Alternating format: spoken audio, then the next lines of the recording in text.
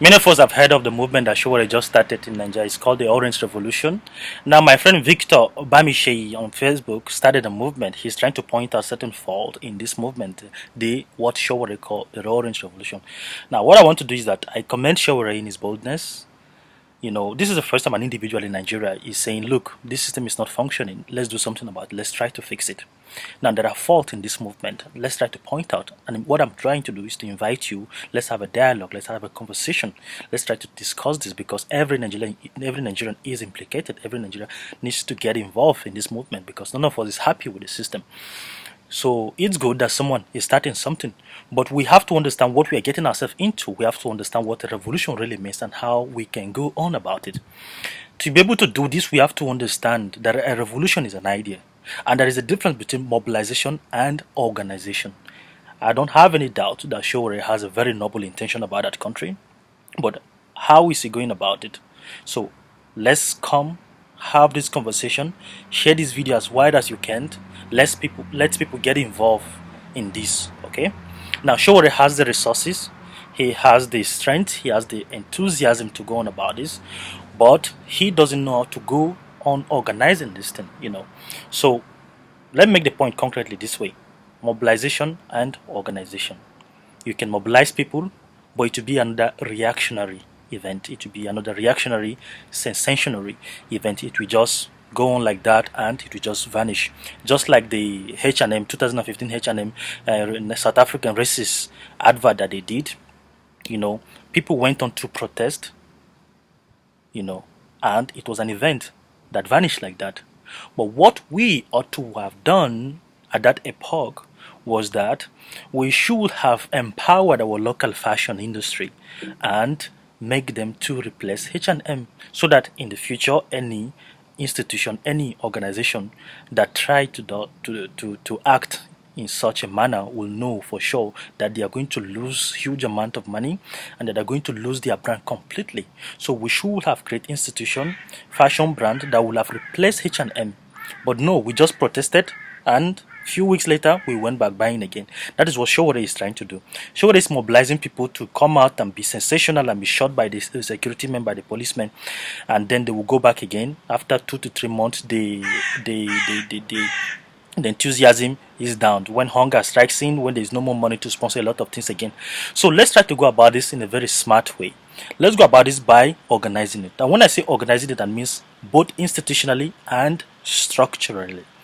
And to do this, we have to study some two historical figures. First of all, you have to find this individual. He's not a very charming individual I'm recommending, but these are very smart individuals, who employ, although their method weren't completely effective, but we have to see that they try. And this person is called Mohammed Golen Fethullah. He's a Turkish man who he started his own revolution, silent revolution, through teaching in the school, training students, implanting ideas into their mind. The same thing Hitler did with Nazism. The same thing Mahatma Gandhi did. So we have to read and observe this individual and try to copy what they did. So this is my point. This is the concrete point I'm suggesting. We have to make this both structural and institutional. Institutional in the sense that we should ask ourselves, what do we want? First of all, are we sad and we are not happy about the police system, about the corruption in the police sector? Then what are we providing as a solution? Okay, if the policemen are on the road collecting bribes, what do? Should we replace them with automatic machines? Should we replace them with machines that, detect cars? Something like toll gates, so that when thousands of cars are passing with radar, for instance, when cars are passing, we can be able to know how many numbers of cars pass particularly, and there are electronic scans that can be able to scan the quantity and the content of what that car is holding, which is the duty of those police, but it's not effective. We need to also replace them with dogs who can sniff in, dangerous ammunitions and cocaine and all those things, And then we are not happy about how the female child is being treated in the society, some cultural stuff. What are we providing? For instance, the female circumcision, that we don't want it to continue. We have to create an idea in the mind of the people to dissuade them from involving in such activity. And what we're not happy about our school system, for instance, about our lecturers collecting bribes or sleeping with the female student, what can we do about it? Can we create electronic card to time each teacher when they come to how punctual they are? So we have to think about the solution. That is what revolution involves. That is what it takes to start a revolution. Think about Identify the problem and think about the solution. When you think about the solution, you paint it down. You pen it down. You write it. You use the media, you use the television, you use the books, you use the paper and the ink to promote these ideas. You put it into the mind of the people. You provide a solution to what the problem is. And what you do, once you are done identifying the problem, now you now create the solution. Then you take the problem to the government and say, look, this is the solution. We want you to implement it. If you don't implement it, we're going to burn the Senate. If you don't implement it, we're going to start the chaos. If you don't implement it, you will not sleep in your house successfully. You will not sleep in your house peacefully. And this is what revolution means. So this is what it means actually. Identify the problem, provide a solution, and be proactive about it, not just reactive about it. You understand? So we need to start a conversation around this. So thank you, Sowore, for starting this movement. And I thank everyone. Let's add our voice to this. Let's identify this problem and map out something. Have you ever heard of the Communist Manifesto? That is what I'm talking about. Write a manifesto, take it to the government and tell them to implement such activity.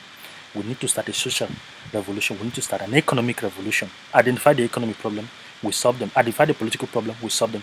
Our Senate collecting too much money, we tell them that you have to be equally paid up. You have to be paid the same amount of money like any other citizen. And we'll tell them to implement it within 6 months. If they don't, we're going to destroy the Senate. They will not have peace. And watch me, this revolution will take fire. And people will follow you and will solve the problem with that nation. So thank you so much. Please share this video far and wide so that people can see this. And let's start a movement. This thing will not just start in Nigeria, but it will take over all over Africa. Alright, bye.